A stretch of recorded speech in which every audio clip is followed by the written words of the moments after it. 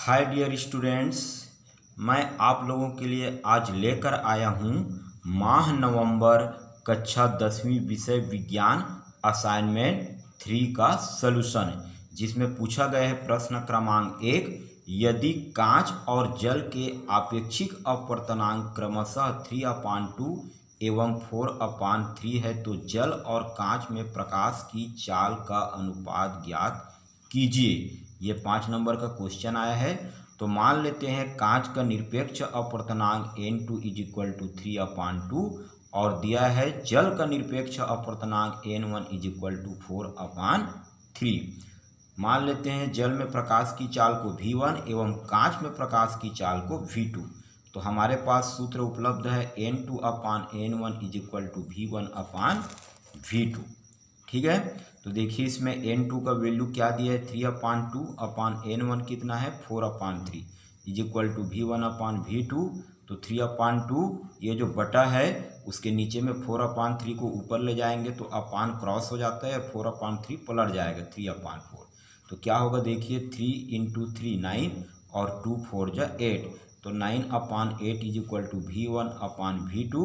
तो इसको लिख सकते हैं V1/V2 = 9/8। तो इस प्रकार से जल और कांच में प्रकाश की चाल का अनुपात 9/8 प्राप्त होता है। ठीक है इतना।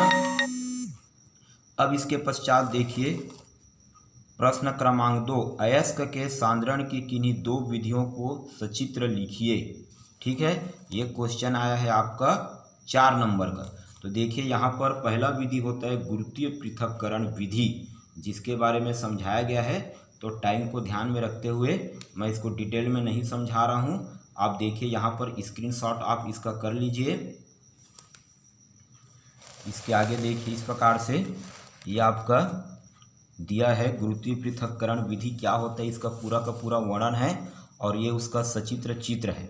ठीक है, आप इसको स्क्रीनशॉट कर सकते हैं।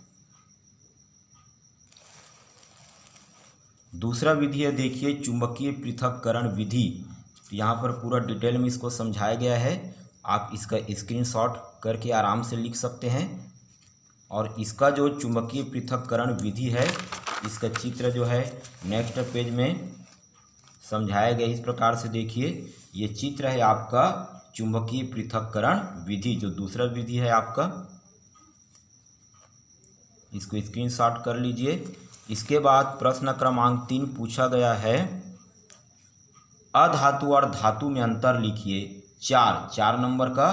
तो धातु और अधातु में अंतर है देखिए, पहला पारे को छोड़कर सभी धातु ठोस अवस्था में होती है, जबकि अधातु ठोस, द्रव और गैस तीनों अवस्था में पाई जाती है। दूसरा धातु अघातवर्धनीय होती है जबकि अधातु भंगुर होती है।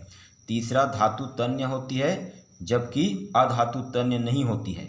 और चौथा अंतर है धातु ऊष्मा एवं विद्युत के सुचालक होती है जबकि अधातु ग्रेफाइट व आयोडीन को छोड़कर अधातु ऊष्मा एवं विद्युत की कुचालक होती है। ठीक है, तो यह हो गया धातु और अधातु में अंतर। इसके बाद प्रश्न क्रमांक 4 दिया है द्रव अधातु का नाम व संकेत लिखकर अधातु के 3 रासायनिक गुण लिखिए। तो द्रव अधातु का नाम एक होता है ब्रोमीन, जिसका संकेत होता है Br। ठीक है, और इसके 3 रासायनिक गुण इस प्रकार से है देखिए।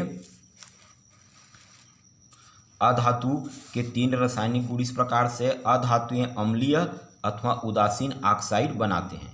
दूसरा है अधातुएं अम्लों में से हाइड्रोजन गैस को पुनः स्थापित नहीं करती है। और तीसरा है अधातुएं प्रायः जल के साथ प्रतिक्रिया नहीं करती हैं। ठीक है, तो ये आपका 4 नंबर का क्वेश्चन है। प्रश्न क्रमांक 5 पूछा है समतल दर्पण द्वारा बने किसी वस्तु के प्रतिबिंब का 3 मुख्य अभिलक्षण क्या होते हैं। तो देखिए समतल दर्पण में जो प्रतिबिंब प्राप्त होता है कैसे प्राप्त होता है, समतल दर्पण द्वारा बनाए गए प्रतिबिंब का आकार वस्तु के आकार के बराबर होता है। दूसरा है समतल दर्पण द्वारा बनने वाले प्रतिबिंब की दर्पण से दूरी व वस्तु का दर्पण से दूरी एक समान होता है। और तीसरा है समतल दर्पण द्वारा बना प्रतिबिंब हमेशा सीधा प्राप्त होता है। ठीक है, ये 3 नंबर का है। तो इस प्रकार से क्लास 10 सब्जेक्ट विज्ञान जो है उसका असाइनमेंट 3 का आंसर इस प्रकार से आप लोग अपने कॉपी में लिख सकते हो ताकि आपको पूरा 20 का 20 नंबर प्राप्त हो सके। तो इस प्रकार से असाइनमेंट का सबसे फास्ट वीडियो प्राप्त करने के लिए मेरे YouTube channel physics with BK Patel sir को देखते रहिए एवं सब्सक्राइब कीजिए। Thank you.